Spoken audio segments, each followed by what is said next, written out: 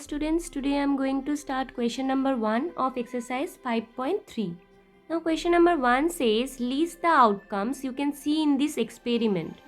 The first part we have spinning a wheel. Here is the wheel and there are 5 sections in the wheel and there is an arrow. There is an arrow. When you spin a wheel, this arrow will stop on any one of the letter. Now in this 5 section we have A, B, C, D. A is given twice, okay. Now when we will spin a wheel, this arrow may stop on A or B or C or D or on this A. Now this A or this A, wherever it will stop, it will be considered as A only. So what are the outcomes over here? Since the arrow may stop on A or B or C or D, so outcomes are A, B, C, D. Okay, that means results are A, B, C, D. Now in the second part we have tossing two coins together. Now when we will toss a coin, what will be the outcomes if you toss two coins? Now there is two side of a coin. One is tail where number is mentioned. This is called tail, and in another portion we have the emblem. This is called head. Now suppose there is two coins, 1 and 2. Now when we toss this coin, we get head, suppose, and here also when we toss this coin, we get head. Here we get, now second times we tossed and we got tail here also and here also. Now again we toss a coin and we get head here, and here we get tail. We are tossing two coins together, okay. Again fourth times when we are tossing, then we are getting tail here and head here. So these are the 4 outcomes we get when we toss two coins together. So it's head, tail,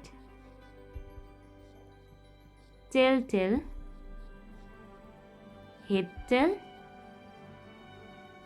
and tail, head. Okay, so these are the 4 possible outcomes when we toss two coins together. So this was question number 1. Now coming to question number 2.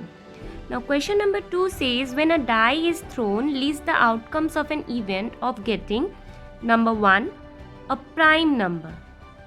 So what are the outcomes we get when a die is thrown? Die is the shape of a cube and cube has 6 faces, and in each face we have the number 1 to 6. 1, 2, 3, 4, 5, 6. Okay. Now we will have to find that when a die is thrown, what are the outcomes of an event getting a prime number. Now if you see number from 1 to 6, what are prime number out there? A prime number means the number which comes in its own table. Like 1 is neither prime nor composite. Okay. Now 2, 3 and 5. These 3 numbers are prime number because this number comes in own table. 2 comes in 2's table, 3 comes in 3's table, and 5 comes in 5's table only. So the prime number, the outcomes of an event of getting a prime number is 2, 3 and 5. Now in the next part we will have to find the outcomes of an event getting not a prime number. The number which is left out. The number which is left out are a prime number and not a prime number. Like here 1 is left out, 4 is left out, 6 is left out, right? So 1 is neither prime nor composite, so it will come under not a prime number, and 4 comes in 2's table also and 4's table also, so this is not a prime number, and 6 comes in 2's table, 3's table and 6's table also. So 1, 4 and 6 are not a prime number. Okay. Now coming to second part, A part of number second part is a number greater than 5. We will have to find the outcomes of a number greater than 5. Now if you see these numbers, greater than 5 means only 6 is there, right? So we'll write 6 because 6 is the only number which is greater than 5. Now in the second part we have a number greater than 5, a number not greater than 5. Now greater than 5 is 6, so not greater than 5 is all 1 to 5. This 5 also will be included in this number, in this set of numbers. Why? Because it is said that a number not greater than 5, so 5 can be included, right? So it will be 1, 2, 3, 4 and 5. Okay. So this was all about question number 2. Now move to the next question. Now question number 3 says find the probability of the pointer stopping D in question 1 part A. Now what do you mean by probability? Probability means chance. Chance means chance of getting something. So probability means the number of times the event occur, like here, which means favorable outcomes over the total possible events. Okay, favorable outcome means the one which we are finding here. Like here we are finding in the first part we have probability of the pointer stopping on D. From this figure we will have to find, like when we spin a wheel, what is the probability of stopping an arrow on D. Okay. Now here total parts are 1, 2, 3, 4, 5.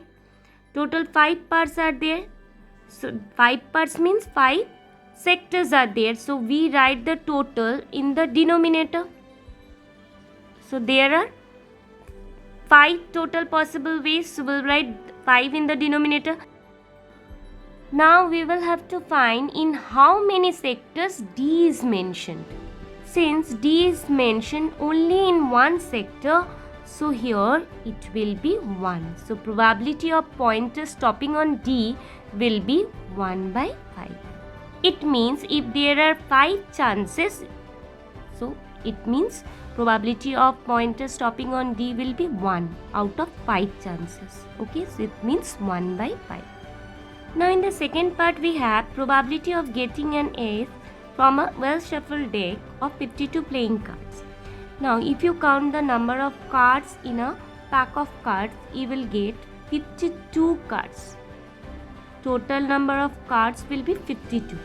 Okay, in how many cards A is mentioned? It's 4 times. Why? Because there are 4 suits in a card, in which one is diamond, this is in red color, another is heart, these 2 are red. Okay, then this is called club.